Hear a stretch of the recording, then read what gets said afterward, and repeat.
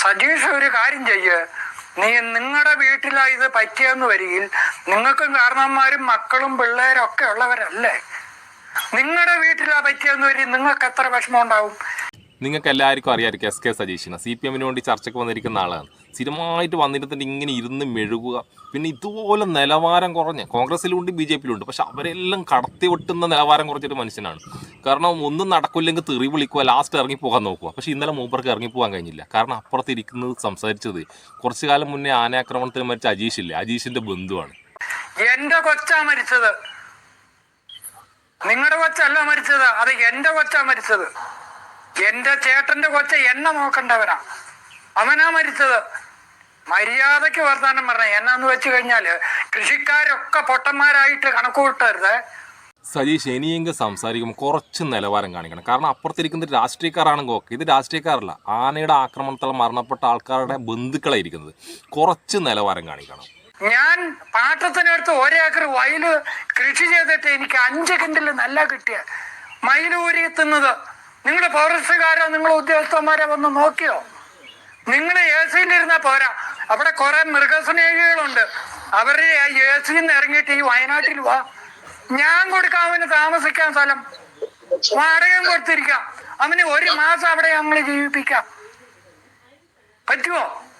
സജീഷ് അവർ പറഞ്ഞാൽ എന്താണ് തെറ്റ്? കാരണം നാട്ടിൽ നമുക്ക് വീട്ടുമുറ്റത്ത് പിന്നെ കൃഷി ചെയ്യാൻ കഴിയുന്നില്ല. അപ്പോൾ കാട്ടിന് സമീപം താമസിക്കുന്നവരുടെ അവസ്ഥ എന്തായിരിക്കും?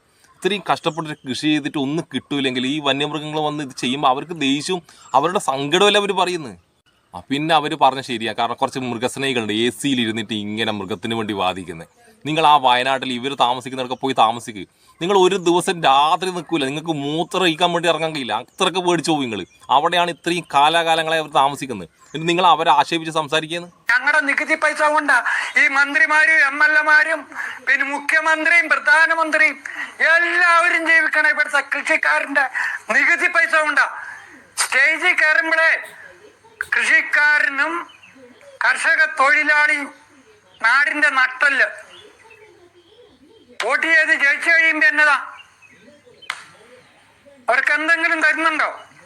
അതുള്ളത് തന്നെയാണ്. ഇലക്ഷൻ വരാൻ പോകുമ്പോൾ കർഷകനും സാധാരണക്കാരനും ഒന്നും നാടിന്റെ നട്ടല്. ഇലക്ഷൻ കഴിഞ്ഞാൽ കൃഷിക്കാരനും വേണ്ട, സാധാരണ കൂലിപ്പണിക്കാരനും വേണ്ട. നിങ്ങൾക്ക് നോക്കാൻ കഴിയില്ലെന്നൊരു ഞങ്ങൾ നോക്കാവുന്നേ. സർക്കാരിൽ നിന്ന് ഞങ്ങൾക്ക് ഇവിടെയുള്ള കൃഷിക്കാർക്ക് ഓരോ തോക്ക് കൊടുക്കുക, ഞങ്ങൾ നോക്കി തരാം. 10 ലക്ഷം ഉലുവ നിങ്ങൾക്ക് വലുതായിട്ട് കണക്ക് കൂട്ടണു. അവനുണ്ടെന്നൊരു കോടികളുണ്ടാക്കും. അവൻ പണിയെടുത്ത് ജീവിക്കണവനാ. ഞമ്മള് രാഷ്ട്രീയമൊന്നും അല്ല പറയണേ, ഞങ്ങളുടെ വിഷമാ പറയണേ, ഞങ്ങളുടെ കൊച്ചു പോയി. എന്റെ സജീഷ് അവർ പറയുന്നത് രാഷ്ട്രീയമല്ല. അവർ പറയുമ്പോൾ എല്ലാ രാഷ്ട്രീയക്കാരും അവരെ മനസ്സങ്ങനെ അവർ അത്രയും വിഷമത്തിലിരിക്കുന്നു. അപ്പോൾ അവരങ്ങനെ പറയും. അപ്പോൾ നിങ്ങൾ അനങ്ങാണ്ട് കേൾക്കുക, അല്ലാണ്ട് അവരെ ഇങ്ങനെ അതിശയിപ്പിക്കുന്ന രീതിയിൽ സംസാരിക്കലാന്ന്. നിങ്ങൾ 10 ലക്ഷം കുണുവേ കൊടുക്കും, അത് 5 ലക്ഷം കൊടുക്കും, മറ്റേ 5 ലക്ഷത്തിന് അവർ അത്ര കഷ്ടപ്പെടണം.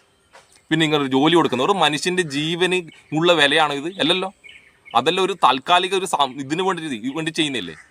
ഇനിയെങ്കിലും ചർച്ചയിൽ വന്നിരിക്കുമ്പോൾ കുറച്ച് മാന്യമായിട്ട് സംസാരിക്കാൻ പഠിക്കട്ടെ. ഇതുപോലുള്ള കുറേ ഉണ്ട്, എല്ലാ പാർട്ടിയിലും ഉണ്ട്. കുറച്ച് മാന്യമായി സംസാരിക്കാൻ പഠിക്കും.